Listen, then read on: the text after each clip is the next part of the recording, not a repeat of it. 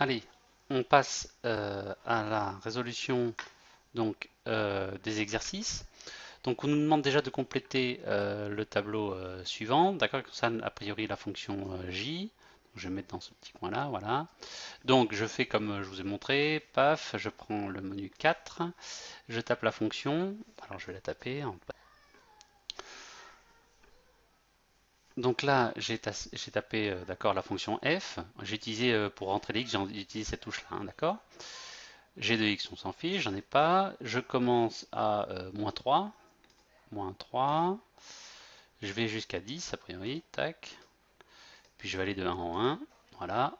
Et voilà ce qu'on obtient. Donc moins 3, ça donne 3. Moins 2, ça donne 2. Moins 1, 1. 0, 0. Oula. En fait, a priori, on est juste en train de changer les signes. D'accord? Donc on se retrouve finalement avec ces figures-là. Donc a priori, on a juste à changer donc les signes. Donc ici, on se retrouve avec 3, ici avec moins 4, ici avec 0, ici avec 2, ici avec moins 5 et ici avec moins 10. D'accord? Et type de proportionnalité? Bah oui, tout simplement parce que je passe de la première à la deuxième en multipliant par moins 1. Que peut-on dire à la fonction j? Eh bien, on peut donc dire que j est une fonction linéaire. D'accord? C'est écrit tout à la fin du cours que vous avez noté. Ok?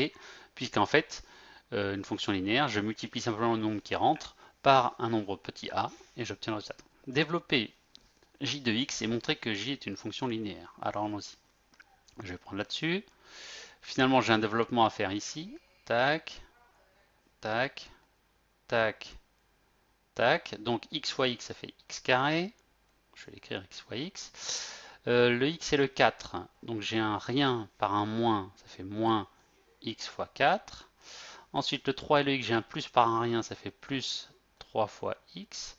Ensuite, le 3 et le 4, j'ai un plus et un moins, ça fait moins 3 fois 4. Et je recopie la suite, moins x carré plus 12. Je calcule un peu chacun. X carré moins 4x plus 3x moins 12 moins x carré plus 12.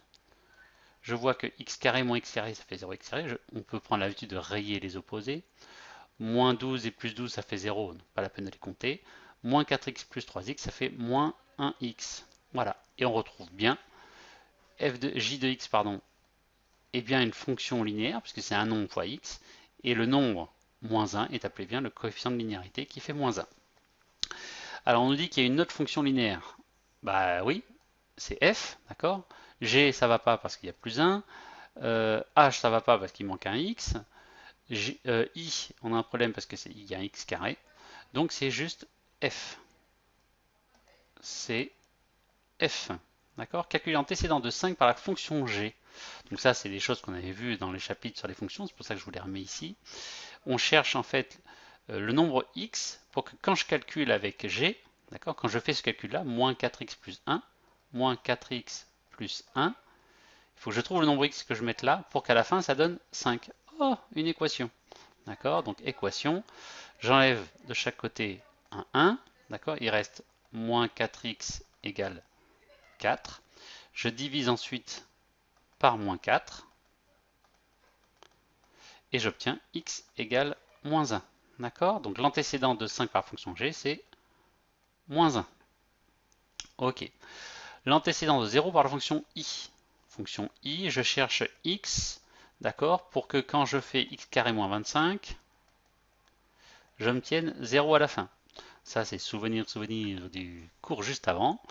A carré moins b carré, ça fait donc x plus 5 facteur de x moins 5 égale 0. Un produit est nul si un des facteurs l'est. Donc on obtient x plus 5 égale 0 ou x moins 5 égale 0. Et on trouve x égale moins 5, puisque je fais moins 5 de chaque côté, ou x égale 5, puisque j'ai fait plus 5 de chaque côté. Donc ici, calculer l'antécédent, en fait, il y en a deux. Ce sont moins 5 et 5. Ok? Et voilà pour les exercices. Ça fait du bien de reprendre, hein?